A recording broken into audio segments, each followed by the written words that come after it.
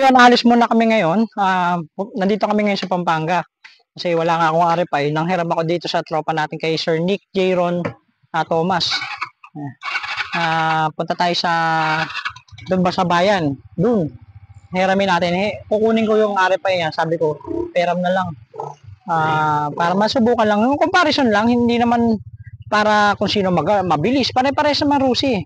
Kumbaga para marami kasi nagre-request, mapagbigyan lang natin yung request niya. Sir, tingnan mo nga sir, testing mo nga sa RFI kung anong ba nagkaiba ng 4 valve 150cc dun sa 175 na 2 valve lang. Titignan natin. So, tara. Angkas muna tayo. May helmet kunin mo. Saglit lang. Nandiyan ah. So, paalis na rin kami ito. Hinihintay ko lang yung helmet. Hello.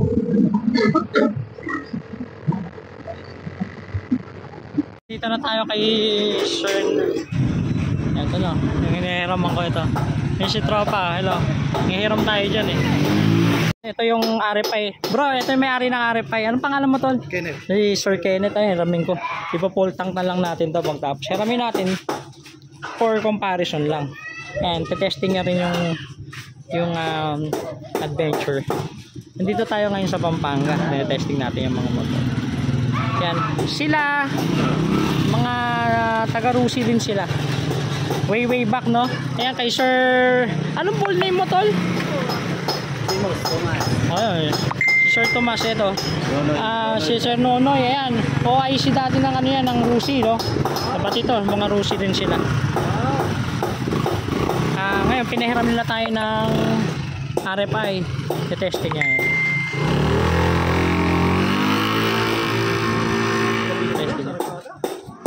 So yun, nandito kami ngayon na magte-testing na kami. Maraming salamat kay Sir Nick Thomas sa mga tropa niya nagpahiram ng RFI. Ito, nandito kami ngayon sa highway. Mahaba po ito. Ito kasi ang pinaka-safe na napili naming lugar. Siyempre, safety. No? Testing lang naman, hindi naman tayong karerista. So, tingnan lang natin yung performance. So, ito, tingnan natin. Seat height niya kasi, kay RFI, ayan, seat height. Ayan. Kaya RFI, kung makikita nyo, lapit ka. 5'7 po kasi ako. Dito pakita mo. Kaya RFI, pag nakaupo kang ganyan, all stock kasi ito eh. Hindi ako nakatipto kung makikita mo. No? Pakita, gilid ka, Jay. Jay, dito. Ayan. Na hindi ka nakatipto, ibig sabihin nakababa lang yung paa mo. Tipto kasi nakatingkayad na ganun. Ngayon, ang kinaibahan niya kay Adventure doon sa mga video ko, talagang nakatipto. Talagang makita mo. Tapos, ano ba mas mahaba? Mas mahaba ng konti yung RFI. Sa taas, sobrang taas na mas mataas. Mas mahaba ng konti yung RFI. Yan. Pakita mo yung video. Yan. Pakita mo yung buong yan. Mas mahaba lang ng konti yung RFI. Konting-konti lang. Siguro mga sandangkal.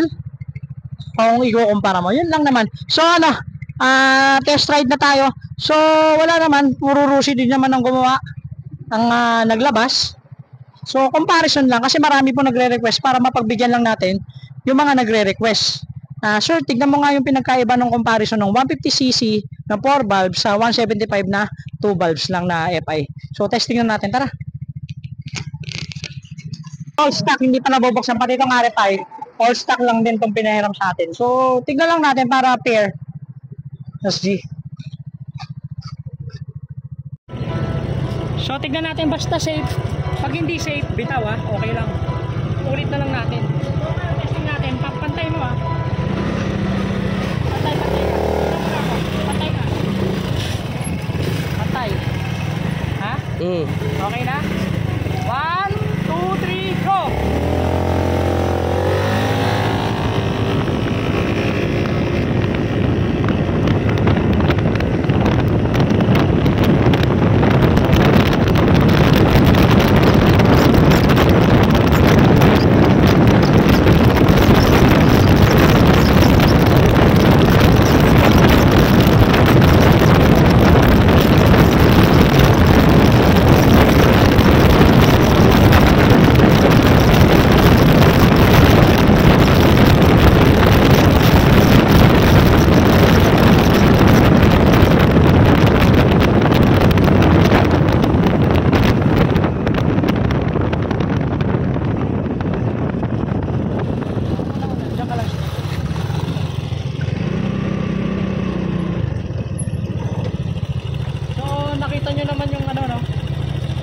iba ng 150cc 4 valve na all stock sa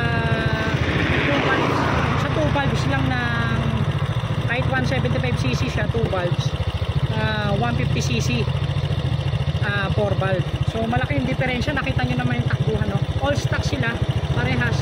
Actually ito lalapatin ko lang, so 11 grams kasi yung bola nito.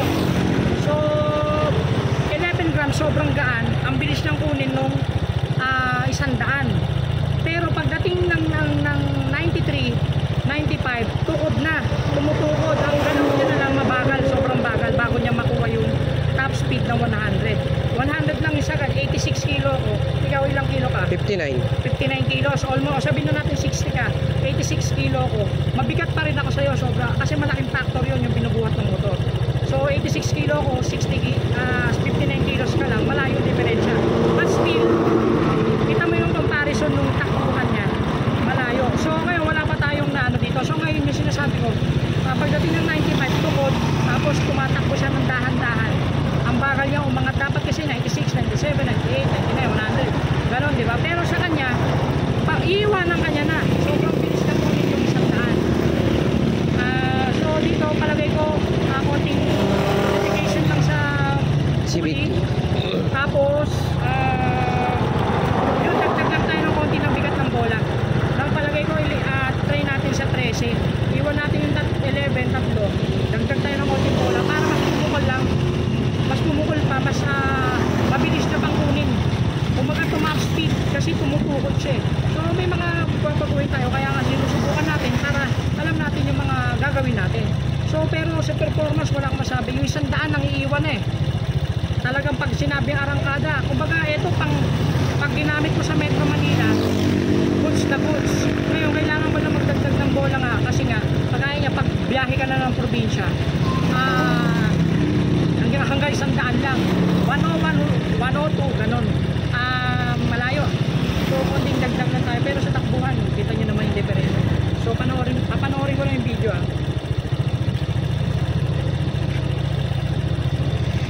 Yan, susoli na natin to. Pagkasa mo ng ano yan, full tank. Magkano ba 56? Unleaded nga po. Pagkasa mo ng full tank yan. Full tank po, full tank. Tapos susoli na natin ngayon to. Gagasa lang ng full tank.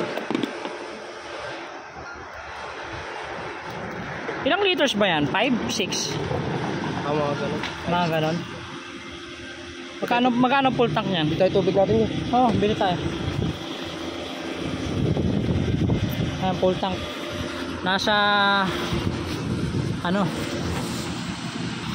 yung full tank kaya niyan? Yan, syempre nanghiram tayo, no? Courtesy na rin, pinagasan ko na rin. Full tank natin yan.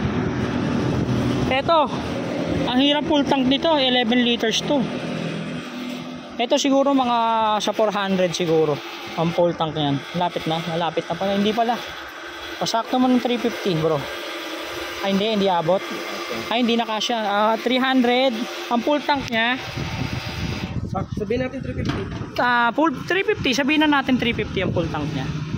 So maraming salamat Sir Nick Thomas, no, siya nagpahiram sa akin ng RFI. Ayan, pinultang ko na po. Susoli ko yan. Tara, bili tayong pizza para sa kanila. So yun, pabalik na kami. Sorry na natin yan. May pizza pa yan, idol. Overload. Thank you po sa ulitin. Tara na, let's go. Uwi na tayo. Ay, uwi na, sorry na natin.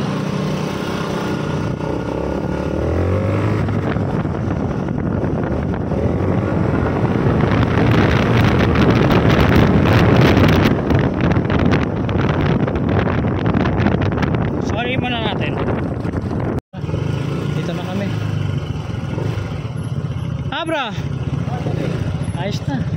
Salamat ha. Salamat ng marami.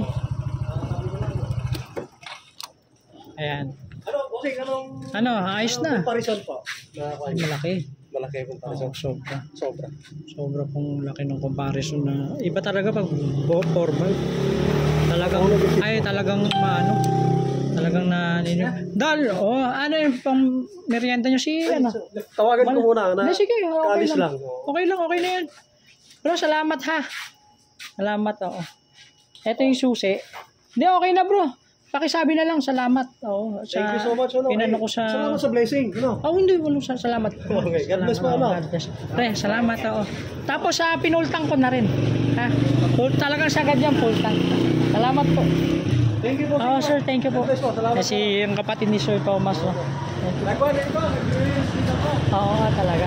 Oo nga, ako rin eh. Para kahit pa paano, no? Salamat bro ha. Salamat. Okay, thank you.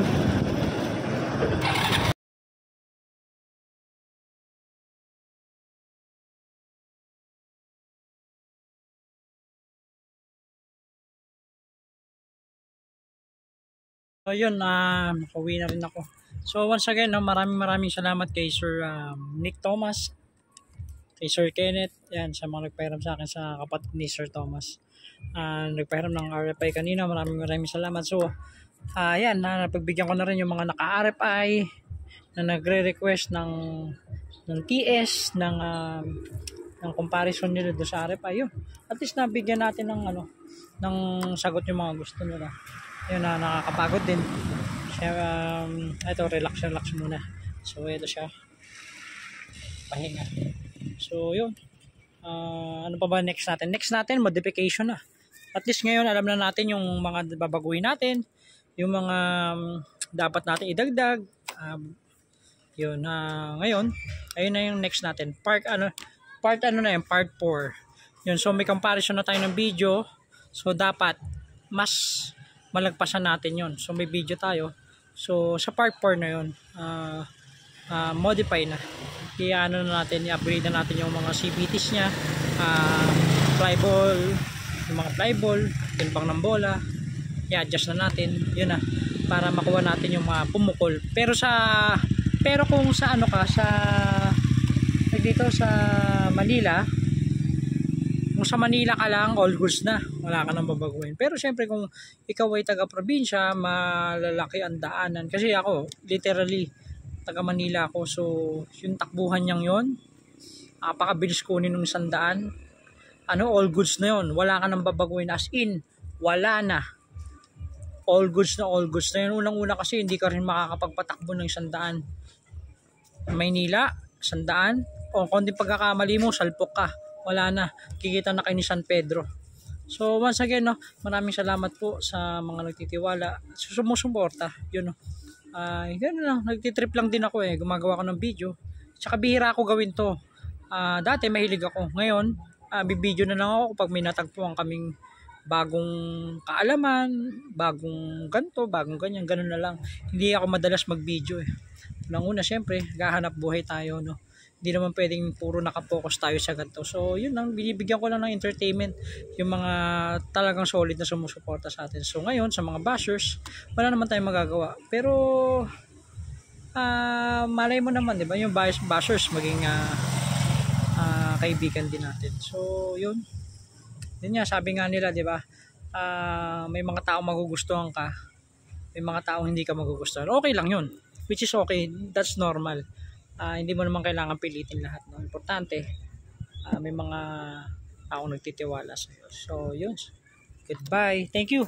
Lang ako ito. Tinapos ko lang yung video. Nakapaapa ako niyan. Thank you po. Woo!